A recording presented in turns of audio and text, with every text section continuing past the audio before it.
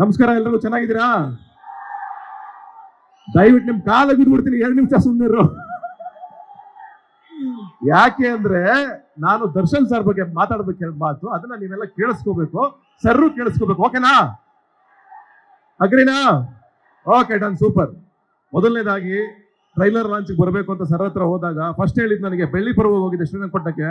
ಊಟ ಮಾಡ್ತಾ ಇರ್ಬೇಕಾದ್ರೆ ಒಂದು ಮಾತು ಕೇಳಿದ್ರು, ಯಾಕಿರೋ ಮ್ಯಾಟ್ನಿ ಇನ್ನು ರಿಲೀಸ್ ಮಾಡದೆ ಕೂತಿದ್ದೀರಾ, ಫಸ್ಟ್ ರಿಲೀಸ್ ಮಾಡಿ ಸಿನಿಮಾನ ಅಂತಂದ್ರು. ಅವಾಗ ನಾನು ಸರ್ ಟ್ರೈಲರ್ ಲಾಂಚ್ ಬರ್ಬೇಕು ನೀವು ಮುಂದೆ, ಹೀರೋ ನೀವು ಕರೆಯೋದೇ ಬೇಡ, ನಾ ಬರ್ತೀನಿ, ನೀವು ಲಾಂಚ್ ಮಾಡಿ ಸಿನಿಮಾನ ಅಂತಂದ್ರು. ಅದಾದ್ಮೇಲೆ ಫೋನ್ ಮಾಡಿದೆ ನಾನು, ರಚಿತಾ ಅವ್ರು ಆಲ್ರೆಡಿ ಮಾತಾಡಿದ್ರು.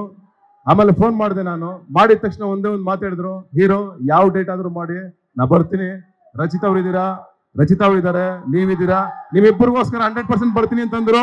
ಬಂದಿದ್ದಾರೆ. ಅಂಡ್ ಅವ್ರಿಗೆ ನಾವು ಯಾವಾಗಲೂ ಋಣಿಯಾಗಿರ್ತೀವಿ ಸದಾ ಕಾಲ. ಬ್ಯೂಟಿಫುಲ್ ಮನಸ್ಸುಗಳನ್ನ ಹಿಡಿದು ಎಲ್ಲಾ ಸಿನಿಮಾಗಳಿಗೂ ನಾವು ಯಾವ ಕರೆದಗಳು ಬರಲ್ಲ ಅಂತಂದಿಲ್ಲ.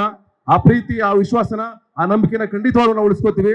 ಒಂದೆರಡು ಮಾತು, ರಚಿತಾ ಅವರು ಅಫ್ಕೋರ್ಸ್ ಈ ಸಿನಿಮಾಗೆ ನಾನು ಅವಾಗಲೇ ಹೇಳ್ತಿದ್ದೆ ಕಿರೀಟ ಇದ್ದಂಗೆ ಅಂತ.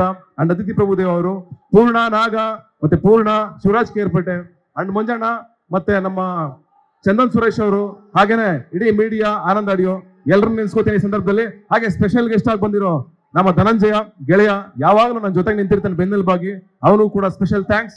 ಹಾಗೆ ಕಡೆಯದಾಗಿ ಎಲ್ಲರ ಜೊತೆಲೂ ಬೆಂಬಲವಾಗಿ ನಿಂತ್ಕೊಂಡು ಅವ್ರನ್ನ ಪ್ರೀತಿಸೋರ್ ಜೊತೆಗೆ ಪಕ್ಕದಲ್ಲೇ ಇರ್ತೀನಿ ನಾನು ಸದಾ ಅಂತ ಬಂದಿದ್ದಾರೆ ಇವತ್ತು.